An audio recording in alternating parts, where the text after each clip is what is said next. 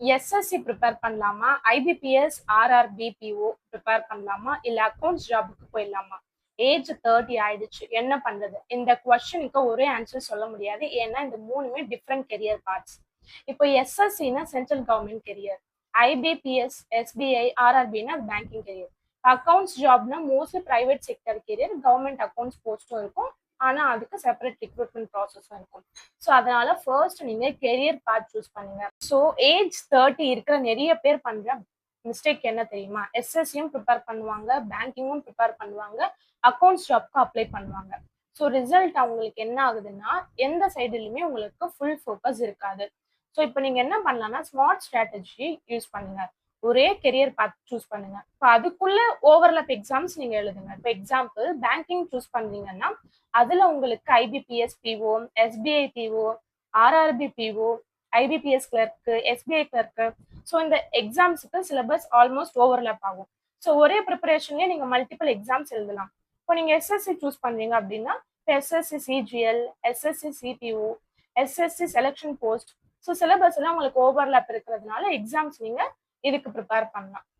இல்லைன்னா accounts career choose பண்றீங்க அப்படின்னா, இப்போ உங்களுக்கு அதை தெரியும்ல, Excel, Tally, GST, accounting software improve பண்ணுங்க. ஸோ இதெல்லாமே உங்களுக்கு இன்டர்வியூக்கு ப்ரிப்பேர் பண்ணும். ஆனா வந்து நீங்க டிஃப்ரெண்ட் கெரியர் பாத்துல நீங்க மிக்ஸ் பண்ணாதீங்க. ஸோ ஒரு ஒரு விஷயம் ஞாபகம் வச்சுக்கோங்க.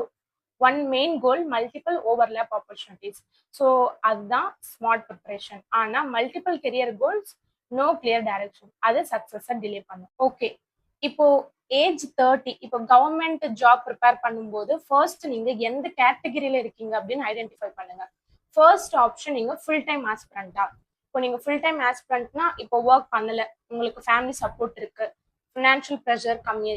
ஸோ இது உங்களுக்கு பிக்கெஸ்ட் அட்வான்டேஜ். ஸோ இதனால நீங்க டெய்லி 8 to 10 hours குவாலிட்டியா உங்களால படிக்க முடியும். அண்ட் ரிவிஷன் கொடுக்க முடியும், மார்க் டெஸ்ட் கொடுக்க முடியும், கரண்ட் அஃபேர்ஸ், ஆன்சர் ரைட்டிங் கம்ப்ளீட்டா உங்களால ஃபோக்கஸ்டா ப்ரிப்பரேஷன் கொடுக்க முடியும். ஆனா ஒரு கண்டிஷன், ஒரு கிளியர் டைம்லைன் வச்சுக்கோங்க. 1 or 2 years சின்சியரா ப்ரிப்பரேஷன் பண்ணுங்க. டைம் வேஸ்ட் பண்ணாம, டிஸ்ட்ராக்ஷன் இல்லாம ப்ரிப்பேர் பண்ணுங்க. ஓகே, நெக்ஸ்ட் ஆப்ஷன் 2 என்னன்னா, நீங்க ஒர்க்கிங் ப்ரொஃபஷனலா.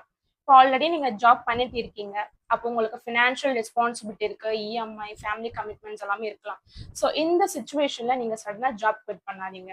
ஆஃபீஸ் முடிஞ்ச அப்புறம் டெய்லி 2 to 4 hours படிங்க.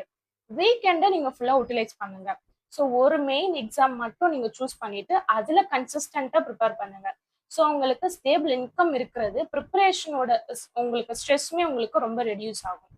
ஓகே, இப்போ விச் ஒன் இஸ் பெட்டர் அப்படின்னு பாத்தீங்கன்னா, இதுக்கு ஒரே ஆன்சர் இல்ல. ஸோ ஃபினான்ஷியல் சப்போர்ட் இருந்தா ஃபுல் டைம் ப்ரிப்பரேஷன் நல்ல option. Family responsibility, financial responsibility அதிகமா இருந்தா ஒர்க் பண்ணிட்டு ப்ரிப்பேர் பண்றது சேஃபர் ஆப்ஷன். ஸோ இம்பார்ட்டன்ட் என்னன்னா, உங்க சுச்சுவேஷனுக்கு சூட்டபிளான டிசிஷன் எடுக்கணும். மற்றவங்க ஜேர்னியை நீங்க கம்பேர் பண்ணாதீங்க. So remember, one main goal, multiple overlap opportunities. அதுதான் smart preparation.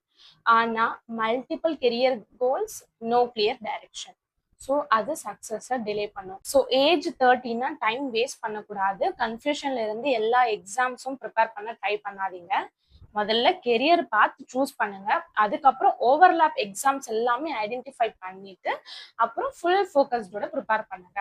சக்சஸ்க்கு secret hard work மட்டும் இல்ல, கரெக்டான டைரக்ஷனும் தான். SSC, banking, railway, TNPSC, UPSC, so எல்லா எக்ஸாம்ஸ்க்கும் எல்லாமே உங்களுக்கு நோட்டிஃபிகேஷன் மாறி இருக்கும். ஸோ நீங்க அப்ளை பண்றதுக்கு முன்னாடி அஃபிஷியல் நோட்டிஃபிகேஷன் கண்டிப்பா செக் பண்ணுங்க. இந்த வீடியோ உங்களை மாதிரி ஒரு சப்ஸ்கிரைபர் கமெண்ட்னால தான் கிரியேட் பண்ணியிருக்கேன். உங்களுக்கும் ஏதாவது டவுட் இருந்தால் கமெண்ட் பண்ணுங்க. அதை நெக்ஸ்ட் வீடியோவில் கண்டிப்பாக கவர் பண்ண ட்ரை பண்ணுறேன். லைக் பண்ணுங்க, ஷேர் பண்ணுங்க, சப்ஸ்கிரைப் பண்ணுங்க. தேங்க்யூ.